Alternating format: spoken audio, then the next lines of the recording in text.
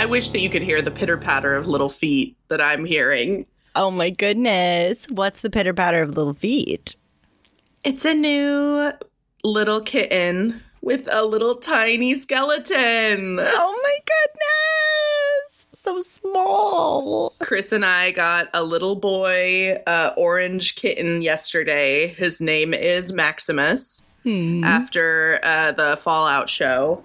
And now we are a multi-cat household. Did you mean to have Maximus and Minimus? It kind of just worked out that way. He wanted something like D&D related or Magic the Gathering related. And it wasn't really, nothing was really coming to fruition. They were just crazy names that I was like, we're going to have to put this on like paperwork and like call the vet and make appointments for this thing. Like, do you have an example? I'll have to shoot them to you later because it was some Maglubius, I think maybe was one of them. Yes. Yeah, just something. You got to look a vet in the face, or a vet's got to look you in the eye and say Maglubius has a bladder infection. Exactly. Like, I don't want to do that. So Maximus, because we love Fallout, Chris particularly. And yeah, he is 2.5 pounds of pure energy and joy. Currently playing with his bird feather wand that's stuck into the couch, and he's insane. He made me drew bleed. Blood? Yeah, that's what I was wondering. I just saw your arm. I'm like, oops. Yeah, he definitely drew a little blood. That's okay. Maximus first blood. Yeah, that's oopsie. Yeah, let me wash that real quick. Pardon me. Did you not realize you were injured? No, I didn't. Jesus, Katelyn. Hold on, one moment. Oh my goodness. He is currently crawling all over Katelyn's back right now. Katelyn is a jungle gym for a kitty cat. Yes, Maximus is currently sitting on top of Katelyn as we speak. He is running the show. Yeah, he's digging his claws into my back. We're doing okay, though. All right, that was great. Cool. All right, after a quick disinfecting break. Yeah, just a quick antimicrobial soap scrub. You know, new cat and all. Mm-hmm. Yeah, here we are. But how did you find this kitten? The kitchen remodel is completely done, and so we'd been talking about getting another cat as soon as that was over.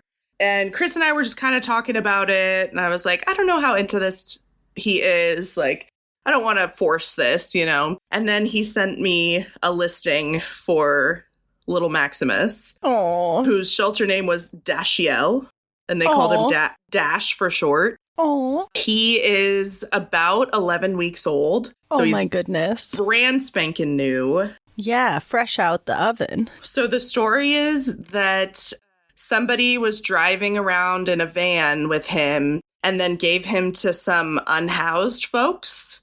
Like, they were like, no, we don't want him. And they just like tossed him to the houseless folks. And yeah, so they got him to this local shelter. Yeah, did the right thing. Yeah, it's called Northwest Animal Companion. Shout out to them. I guess a lady like runs it out of her house. She's a vet, but she's just like, yeah. So now we have a cat.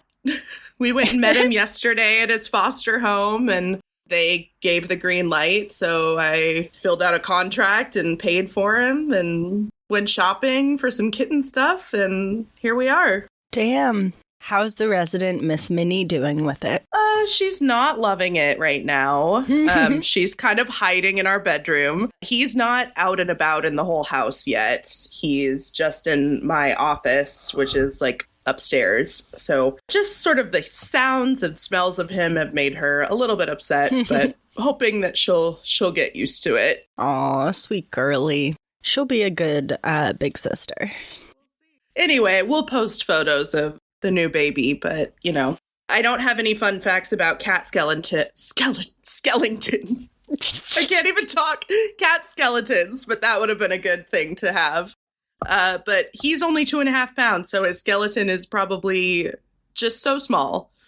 How many bones do cats have? Yeah, what is something fusing? What's happening? They have a little bit more than we do. Really? We have 206. They have 230 to 250. Huh. For their whole lifespan? I assume, like us, they are born with a little bit more and then some fuse together. Yeah. Things are definitely cooking over here. He doesn't know what's going on. Hi, buddy. You want to come up?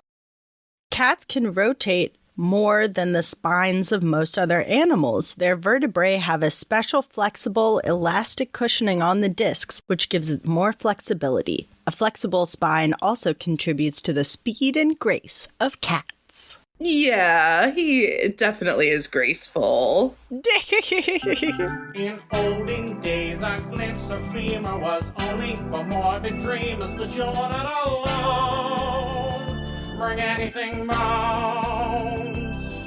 Two goofy gals with deathly interest go on a skeleton inquest in your headphones. Anything bones.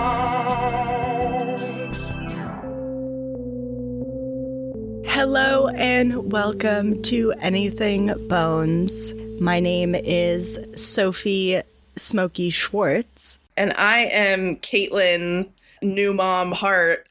Aww. And this is the podcast where we talk all about bones, bone-related topics, and, just whatever feels right. And adorable kitty cats. Exactly.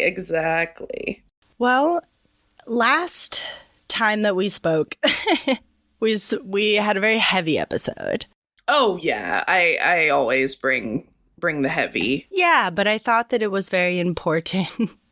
I don't know why I'm laughing. Just because you do always bring the heavy. Nervous laugh. And it's somehow my job to lighten things up. I don't know how we got here. I'm so sorry. It's okay. I take my job with love because you bring the important heavy topics that connect with news today. And if you haven't listened to our last episode, it's a real doozy, but very important for today's climate. But you said to me at the end of that episode, lighten it up, girly pop. Give me something that won't make me cry. And I tried. We know it's hard. It's really hard to do. As we always say, this is a podcast about bones and death and mortality and things like that. So hard to find an upper, but I believe I may have. Wow. That I'm surprised. I'm intrigued. I'm on the edge of my seat. I've at least brought you something intriguing. Nice. So before we hop into it, I'm just going to pop off a couple of sources, just get those out of the way. We have discovermagazine.com, anatomypubs.online library, which was an amazing article that I read, bbc.com, Life Science Twice, and National Geographic. Heavy hitters there. Heavy hitters, and one of the first times Wikipedia is not making an appearance. That's how you know what big. you're looking at is a little obscure. There is no Wikipedia. And I was like, or damn, who knows? girl. I mean, there might be, but I didn't use it. Okie dokie. So. I'm so distracted. You are so sorry. distracted. Lock in, Katelyn. All right. Lock in. He's looking out the window. It's so know. cute. Well, I'll everything stop. he does is going to be cute. I'll stop. It's okay. You can look at him, but I know you're listening, right? I've got my ears wide open. There is a man named Moni Mango who watches over his village in Papua New Guinea. He sits almost 1,000 feet above the valley floor, and day and night he sits above the village protecting his family and his community. He was once a great warrior, but now, in the early 2000s, he is starting to show his age. From sitting on top of the cliff for so long, his back was in shambles, his skin was dry as hell, not to mention his head was in serious danger of coming off. Is this a statue? Moni Mango had been dead since 1950. What? But his mummified corpse, along with a few others, stand watch over the village as part of this region of Papua New Guinea's unique death ritual. We've talked about mummies before, but these mummies and the rituals to make them are not like anything that we've discussed before. In this episode, we will be going through their mummification process, how these mummies are maintained, and what people in the community are doing to keep this burial culture alive. Okay, I'm here for it. So let's get back to Maui Mango and his predicament. It's 2008, and the condition of this village leader in Papua New Guinea has been deteriorating for the past 50 years. He was a tribal leader of the Anga people of the northern highlands of Papua New Guinea. This tribe has about 45,000 people in it, and his son, who is now a leader of the tribe himself, Jem Tasu, he is very concerned about the condition of his father, who has been sitting up on this cliff for 50 years.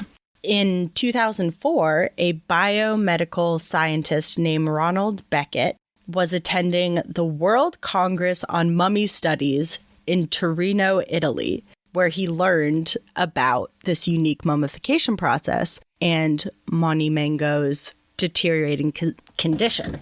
Also, side note, when are you and I going to the World Congress on Mummy Studies in Torino, Italy? Yeah, like, is that invite only, or can you just, like, show up? Like, what's the sitch? I want to know. I didn't have the time to look into that and see what the tickets were like. Yeah, but I'm very curious. If it's reasonable, we should go. I mean, hey, everybody needs a vacation every once in a while.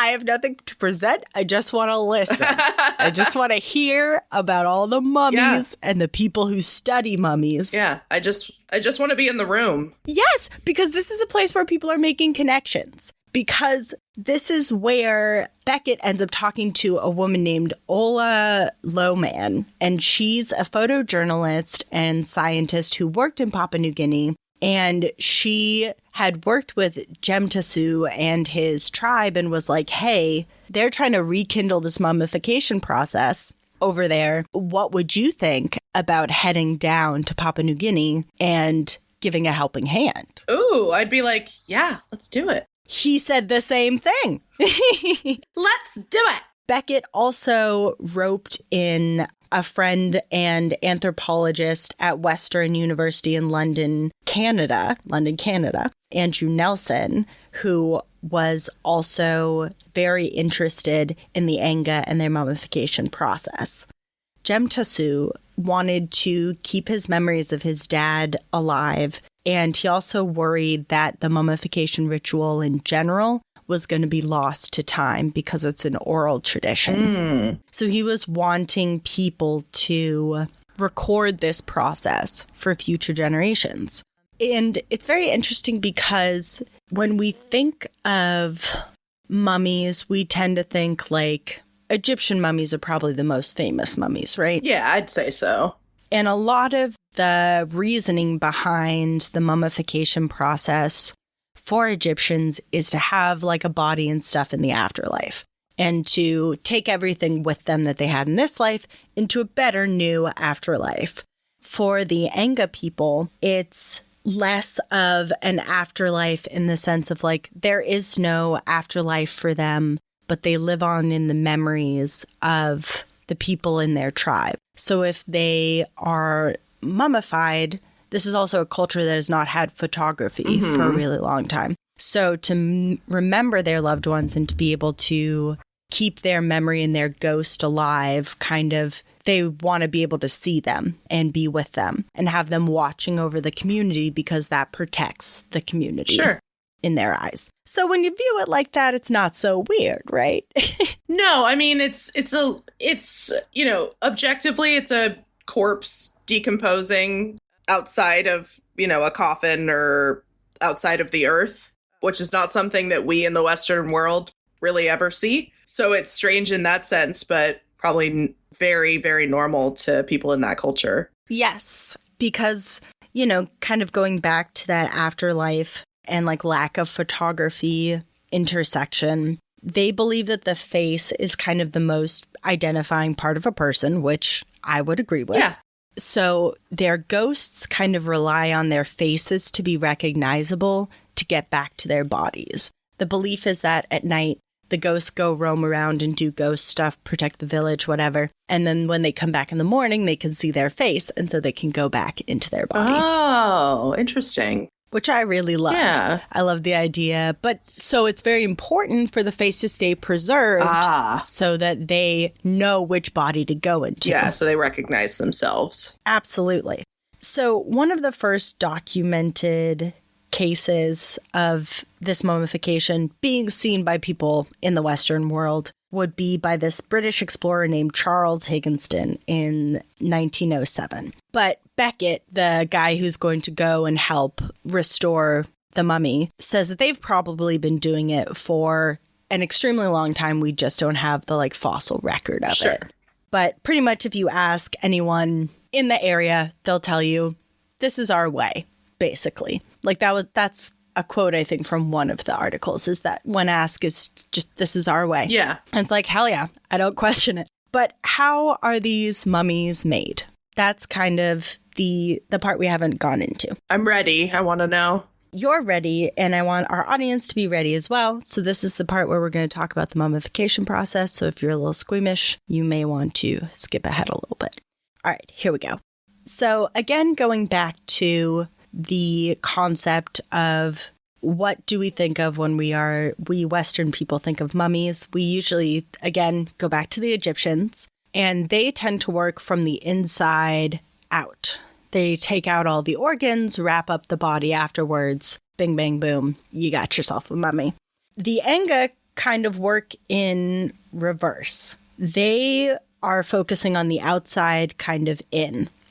Okay. What they do is they have their mummies kind of sat in these mummification chairs, which is kind of a structure of like sticks that kind of resemble a chair, but it's really more like a frame for like a sitting corpse. Okay. And that is sat over a fire. And the fire smokes this body for about 3 months. Oh my God. Yes. As this body is sat over this fire, it tends to bloat, and then they take a sharpened stick to poke the body to drain the fluids. Then they usually go and take a stick and widen out the anus of the corpse where all the organs will drain out.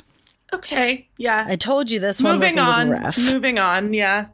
The people who mummify the body have to stay with the body the entire process. They can't leave. They also have to ensure that no part of the body touches the ground. So fluid, skin, anything else that's coming off the body must be caught in a way to not have it touch the ground, because that's bad luck, basically. Okay. So usually about 7 men begin this process by using white clay on their face as a sign of grief. They cover their face with this white clay. They're not allowed to have any water, just sugarcane juice. And they can only eat food that is cooked on the fire that is smoking the body. So for 3 months plus, they can't have water? Yeah, they can only have the sugarcane juice. Huh.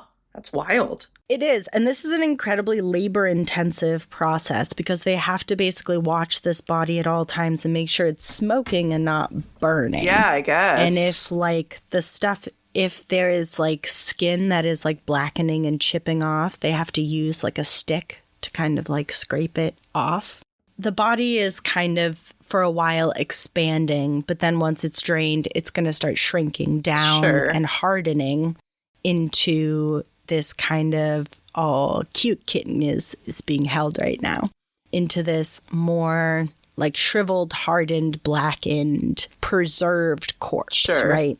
And so as this is happening, the fluids of the body are being collected, and the people who are mummifying the body do smear this fluid on them for ritual purposes to help preserve the spirit of the person.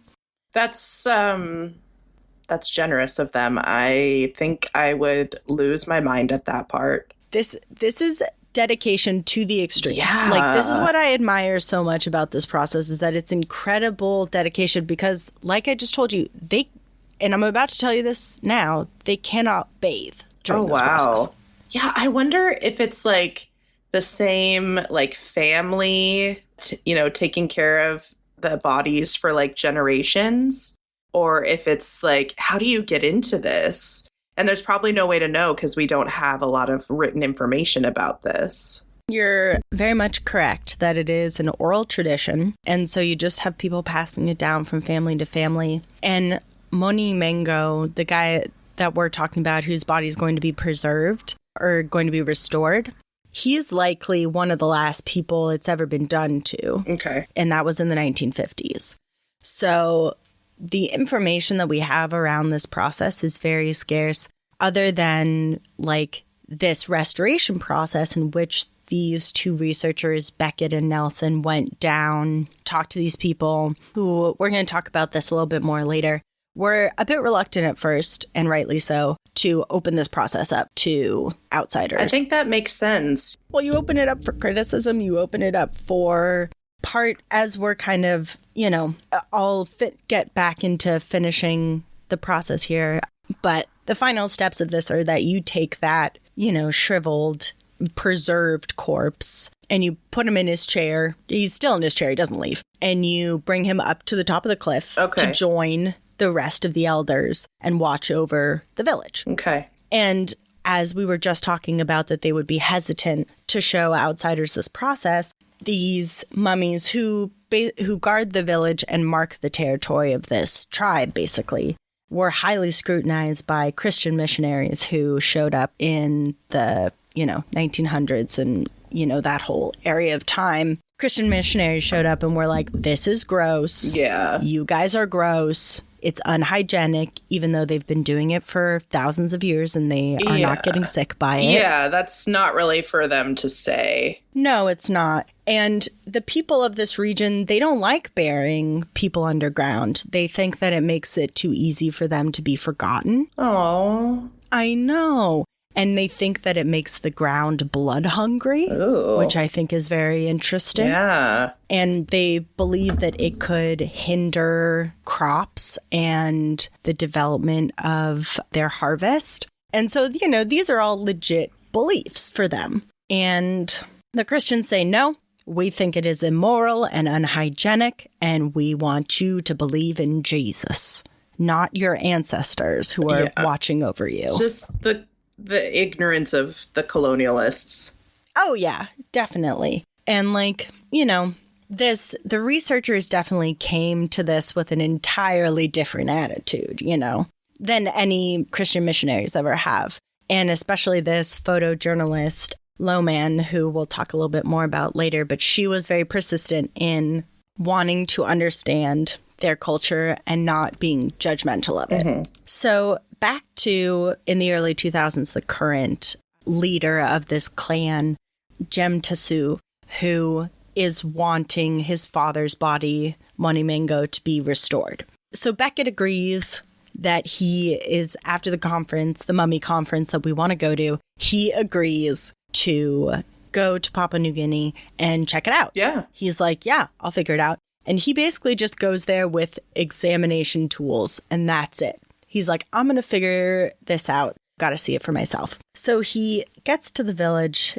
links up with Jem Tasu, and he shows him where on the cliff all these people are hanging out, mm-hmm. these corpses. And I'll send you some pictures now of what that looks like. Yeah. Oh, wow. Oh, I didn't realize that they were like on kind of a cliffside. Yeah, they're kind of watching over the village. Is this last one the corpse of the elder we've been talking about? Oh, the last one, that's the picture of the living man? Yeah, that's what I was going to say. It looks like that man is living. That guy's alive. Okay, we love that. That's Jem Tasu. I see. Okay, great. And the boy from the village. Yeah. And he's showing him what his mummification chair is going to look like. He is sitting in a mummification chair by the looks of it. So I was like, that is either somebody who died very recently or a live person. Nah, that guy's alive. This is really interesting. Right? I think by some lenses, by the Western lens, it would be considered kind of creepy. But when you think of it as they're just preserving their elders' culture and remembering them, it's kind of beautiful in that way. That's what I thought. Once, I feel this is the case with all these death rituals that I'll see them on TikTok or on some website or looking through the news, and it'll be like shock, horror, this BBC article. I used a little bit of information from it, but I didn't really like the way that it was written because there were parts of it that were like, it was more macabre than I ever imagined. It's like, oh, back off. Yeah, like those are people's relatives. That's their relatives. This is their culture. It's interesting to report on it, but we don't need that negative commentary. Yeah, there's a difference between appreciating and ogling. Yeah. You know what I mean? And I don't doubt that if I was in the presence of these bodies, I might feel a little unsettled. But I think that's something that you just get used to. Mm-hmm. And I think that that's just a cultural difference. Right. I think you don't have to be a dick about it. Exactly. But as you can see, most of the corpses are sitting in these kind of funerary chairs that they've got set up that kind of prop them up. Like they're just kind of sitting, they're hanging. They kind of got their arms up, they're chilling. Yeah. It reminded me of what people look like when they're in the stocks. A little bit. You know what I'm talking about? Yeah, their arms are up, their heads out. Yeah. Yeah, they're just hanging, but it's a little bit less like they're sitting rather than in that kind of L shape. But along with that kind of position, Beckett found that there were a lot of kind of almost transitional burials happening there. There were some kind of coffins that were not buried. There were people in coffins, but they weren't buried, and some of the coffins were just open. So you could see that there was kind of a cultural transition happening with this burial site, which I found really interesting. Yeah. How they were like, well, we like coffins, but we're not going to bury them. Yeah. It's like, okay, yeah, hell yeah. You use it how you want to. Sure. Moni Mango was the last villager at this time to be mummified. And Jemtasu was only about 10 years old when the process happened. Oh. But he was witness to it. Oh, wow. But, he doesn't remember that much about it. And it's probably, it wouldn't, if that's, part of your culture, hopefully that wouldn't be a traumatic memory. I hope not. I hope that would be framed in his mind. He loves mummification and is the mummification guy. So I think feels positively good. About it, hopefully. Yeah, good.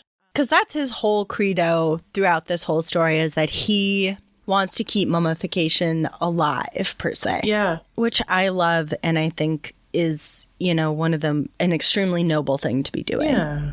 So villagers have kind of been, even though Moni Mango was the last kind of person to be mummified at this time, they've been keeping this tradition alive, kind of practicing on wild boar and stuff like that to keep the process fresh in people's minds. Okay. So researchers are going to start Moni Mango's restoration in 2008. And when they arrive to take a look at him, he is not doing the best, unfortunately. He has a dislodged jaw. His head is very tenuously attached to his body. At one point, there was a rodent that made a little nest in his side, had crawled in there and made a little home for himself. And he was also covered in lichen. So they had a lot ahead of them with this restoration. Sure. Beckett and Andrew Nelson, who I mentioned before, who is going to be helping with this restoration, wanted the Anga to be able to maintain this restoration themselves. They didn't want to bring in, I read this in the actual article that they publish, but they didn't want to use, they were like, we could use modern materials to restore this mummy perfectly. We could make him super great, but they wouldn't be able to maintain them, and they wouldn't be able to take that on to the next mummy. You know what I mean? Sure. So they were like, we have to use what's available in the region. I like that. That's good thinking. It's honestly so respectful and mindful. Yeah. Because it's thinking about the task in a more holistic way than just the task is to restore the mummy. It's okay, yes, but the task is to restore the mummy so that other mummies can be made. Sure, it's not just about the one mummy. It's about trying to find a way to restore all of them as this happens naturally over the years. So all of these mummies are going to get degraded.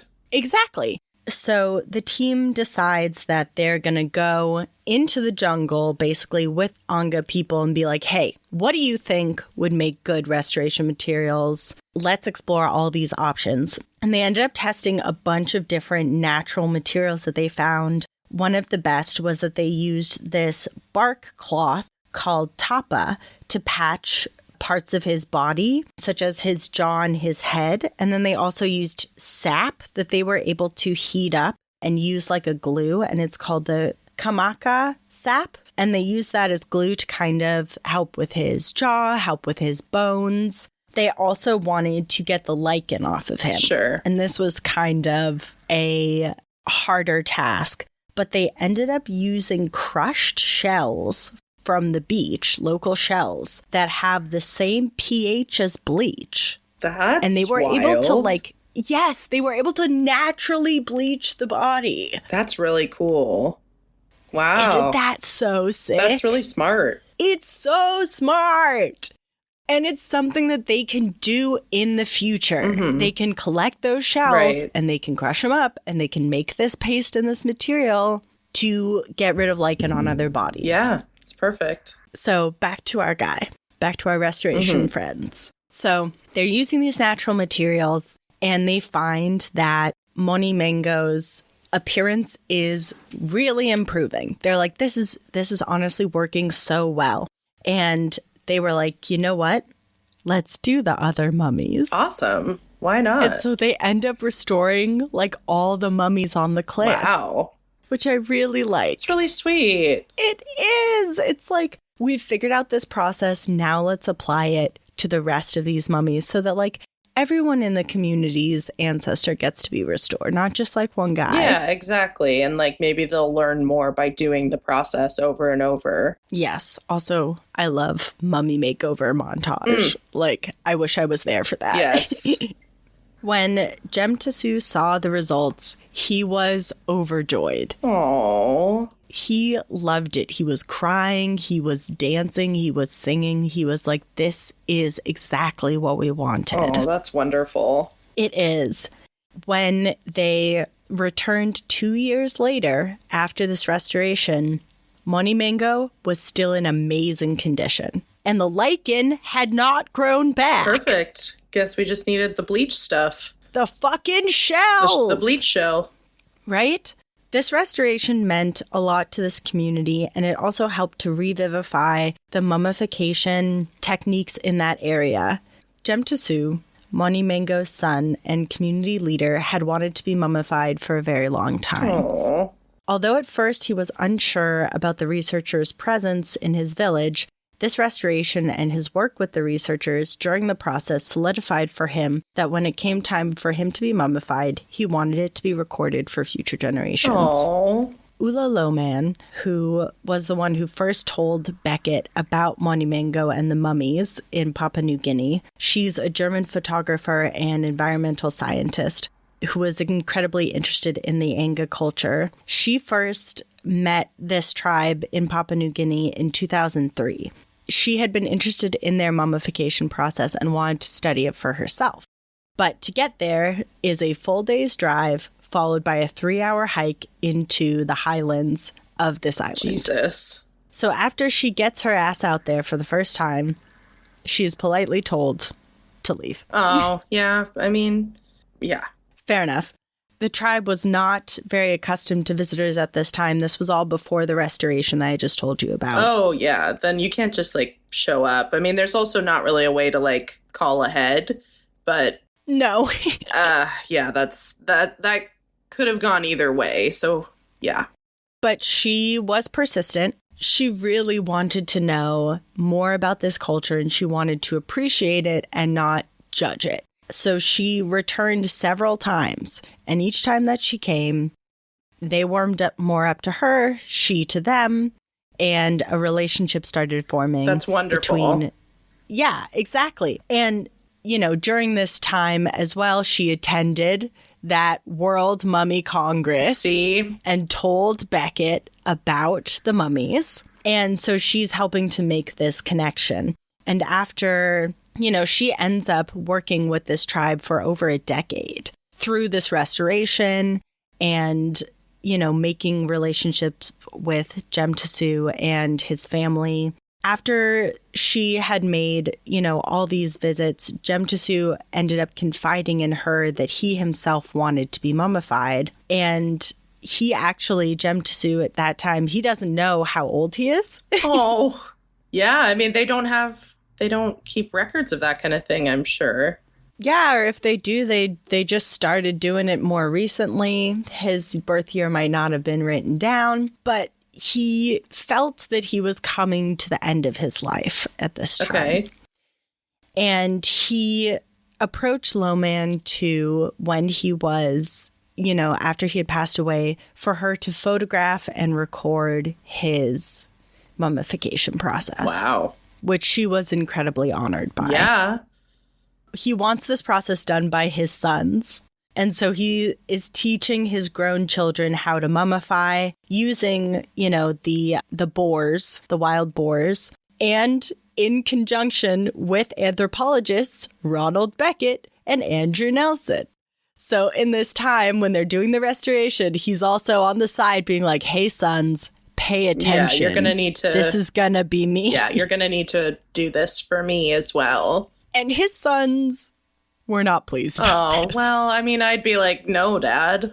No, I'd be like, I don't want to stick up your butt. Yeah.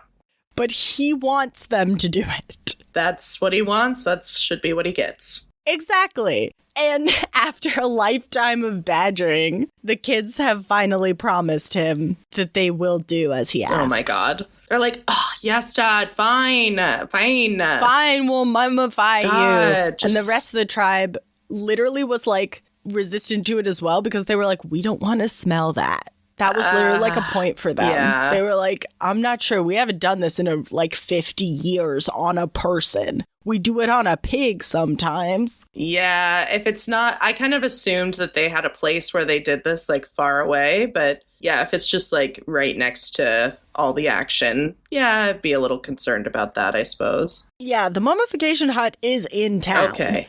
It's not on the edge of town. That's rough. It is in town. But his sons recognize how important it is to their dad and also how important it is culturally because this tribe, like anywhere else in the world that's remote, the young people of this tribe, they want to go to the port cities. They want to go to the big cities, to places with more development and the opportunities. And globalization has touched even this small part of the world. Yeah. And so something like this that is so unique to their region is something that Jemtisu and all the rest of the elders of this tribe feel is important for them to preserve and for the next generation to have knowledge of. It's up to them. It's up to the future generations if they want to use it, I suppose. But yeah, I think somebody needs to... we don't want to lose it. Yeah, somebody needs to preserve this cultural practice for sure. Right. And it's easy for me to say this as a white woman in my basement, not having to preserve my dad over a smoking fire. Right. But, my respect for them grew bigger and bigger with each sentence that I read about these young men who helped to preserve their dad because they did the entire process. They spent the months in the mummification hut. They learned, how to do the process on the pig. They were there for their father in that way. Because indeed, in 2015, Jemtisu did pass away. And as he wished, Loman did return to Papua New Guinea and recorded in photograph and, writing down the process, his entire mummification. Wow. And his sons, along with other community and family members, worked around the clock over several months to preserve his body with care. They could not leave the site of mummification, as we talked about earlier, not even to bathe. And after months of dedication, Jemtisu was brought to the cliff to join Moni Mango for his eternal watch over the village. Oh, that's exactly what he wanted. That's so wonderful. Right? It is. It's hard because one of the researchers, Andrew Nelson, says that Jemtsu will probably be the last person to be mummified in this way. Yeah. I mean, that's a lot of effort, months of effort, and you put your life on hold to essentially to be doing this process. So yeah, as you learn more and more about the other cultures, maybe you're like, oh, we don't need to do it this way. Like, I think that's just a part of, cultural evolution. It is. And it's also, globalization, Western influence, things growing and changing, cultures grow and change regardless. But Jemtsu really made it his mission to keep this process alive as long as he was and for a little bit after. Yeah, and now we have this information that probably we wouldn't have otherwise. Exactly. He was able to build trust with these researchers for them to record this process. And, it was one of his life's work to have this process be known and for it to be recorded and for his own mummification to be recorded. And you commented on that last picture of him that was in the email. That's him sitting in his mummification chair. Oof. Not just any mummification chair, his own mummification chair. Yeah, I mean, it's like picking out your own coffin. It's some I respect that. I respect that too. Yeah, I'm a little too afraid of death to think that way. Same, but I think it's very interesting that the Anga people have stopped mummification for the most part. I looked it up and I believe that the two of them, Moni Mango and Jemtsu, are still up there. I hope so. I hope so. To the best of my knowledge, they are. And although mummification is not practiced very much in that region anymore, they have kind of brought the importance of faces, which was kind of the key of the mummification, back to their burial practices, because now they take photographs of the dead person, either while they were alive or dead, and they arrange them on their tombstone so that their faces are visible for their spirit and for their family. Yeah, I mean, that feels like an evolution. Yeah, I like that. I mean, it's their choice how they want to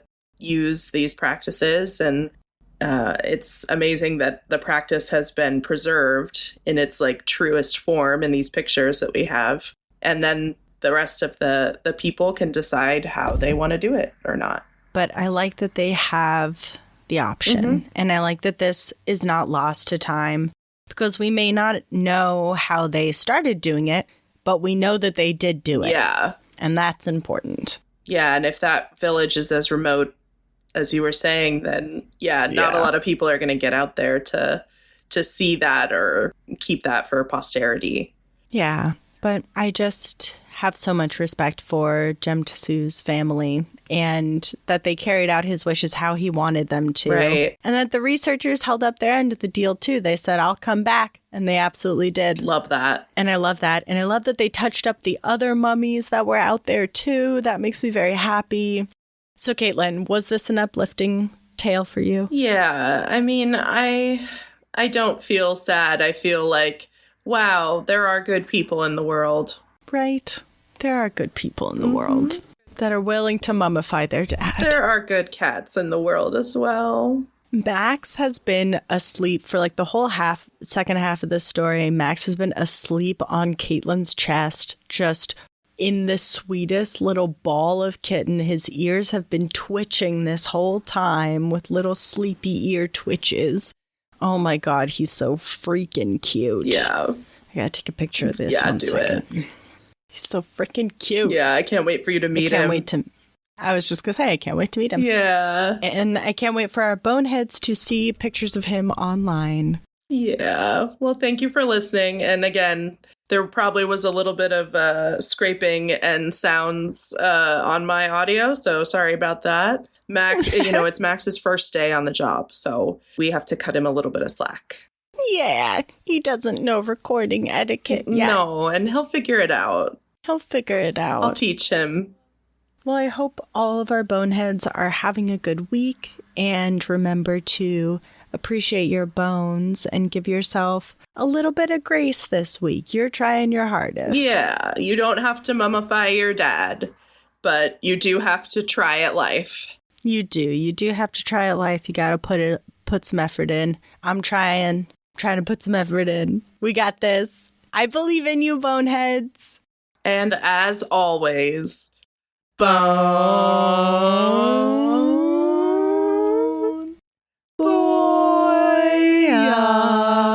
voyage. oh, he woke up. He woke up and he was like, what is this sound Mummy is making? Oh, it's the first time of many times. Yeah. Bon voyage, babies. Bon voyage.